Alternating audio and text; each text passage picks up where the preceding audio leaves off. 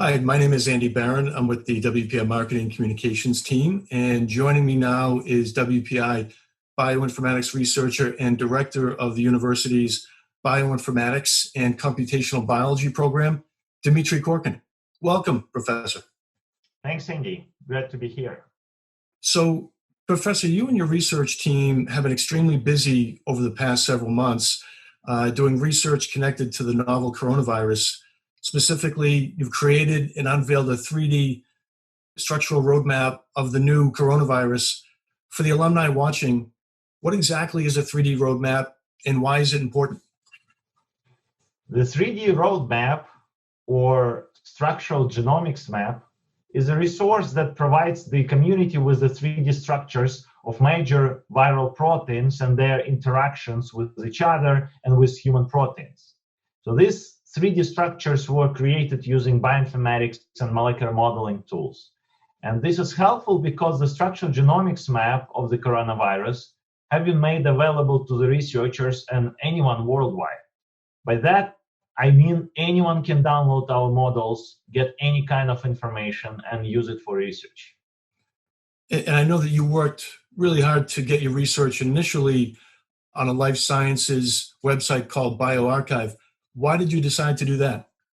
Yes, we did. This virus was so insidious and so rampant that we knew we had to do everything we could to share this worldwide. So we shared it on bioRxiv because that was the means for rapidly communicating about the virus. bioRxiv is a free online archive that was available for download by the scientific community that ultimately led to a lot of attention, including a significant story in the Wall Street journals that described our research. So that's really impressive. I understand your work was recently published in Viruses, which is a virology journal. Can you describe your three preliminary conclusions? Certainly. Our first conclusion was determining the changes in the proteins that constitute novel coronavirus, and those changes were not distributed evenly, but grouped into the clusters. So these clusters were formed on the protein surfaces when compared to the original SARS virus. Secondly, our group showed that something known as a spike protein, which is a protein on the surface of the new virus that would be targeted by human antibodies, is very different from the same spike protein in the original SARS virus. This suggests to us that the existing SARS vaccine might not be efficient and a new vaccine is required. At the same time, a third conclusion that we made is that the regions targeted by the previously developed SARS antiviral drug candidates were remarkably intact, suggesting that repurposing of those drugs is possible. So do you feel like you can help scientists find a new antiviral treatment? Yes, that's our goal. We believe that our preliminary conclusions could play a part in modeling the virus and aiding scientists with future drug discovery. We are currently talking with a number of pharmaceutical companies in the United States and Europe, and we plan to apply for federal funding to continue this work.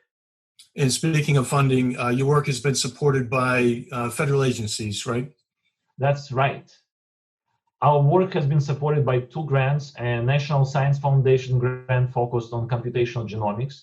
We also received a 2-year grant from the National Institutes of Health focused on studying effects of mutations on interactions mediated by proteins. And your research, Professor, it's particularly interesting because it shines a spotlight on the role of bioinformatics and data science. And you're also the director of WPI's Bioinformatics and Computational Biology program. Why is this program so critical? Well, I firmly believe that this kind of data-driven approach will become the standard for helping to solve some of the world's biggest health challenges, as in the case of the coronavirus outbreak. Using a strong bioinformatics and data-driven approach to life sciences will increasingly become the way for the science community to react to the immediate health threats. So, Professor, as for communicating the value of this type of research to undergraduate students, I heard that you have a pretty interesting first homework assignment. Can you tell our alumni what that entails? Well, sure. For the past 8 years, I kick off my bioinformatics class by assigning students to watch the 2011 film Contagion with Matt Damon and Gwyneth Paltrow. Our alumni may remember that movie. It was about a pandemic. It's an opportunity for students to understand the key proteins inside the virus. And my students were also able to see scientists in the movie looking at key proteins in order to design a novel vaccine.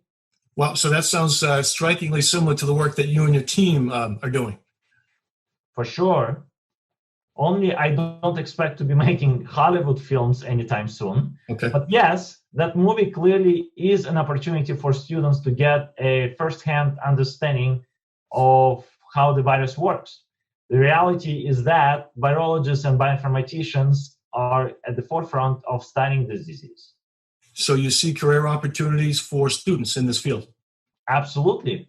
The opportunities for WPI students and alumni to make an impact in this area is very strong. Many of our students go on to careers in both academics and industry, but continue to do research and discovery. They are now alumni making impacts in various fields. So, Professor, let's look to the future. I understand you're working on a cruise ship study as well. Can you describe that work? Yes, glad to. We just concluded a 5-year-long study examining infectious outbreaks in confined environments, focusing first on cruise ships. So we designed a 3D geographical information system similar to Google Maps and used AI technology called agent-based system to introduce a realistic simulation of the paths that passengers take on ships as a means to understanding the most contaminated locations. And what does that allow you to do? Well, prevention protocols can then be implemented and virtually tested.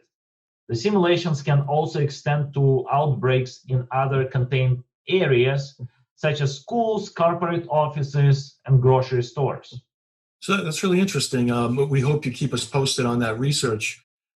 So, Professor, as you reflect on the research you've done to date and looking ahead to the future of the coronavirus pandemic and what it means, did you ever envision a day when your research would be put to this type of critical work?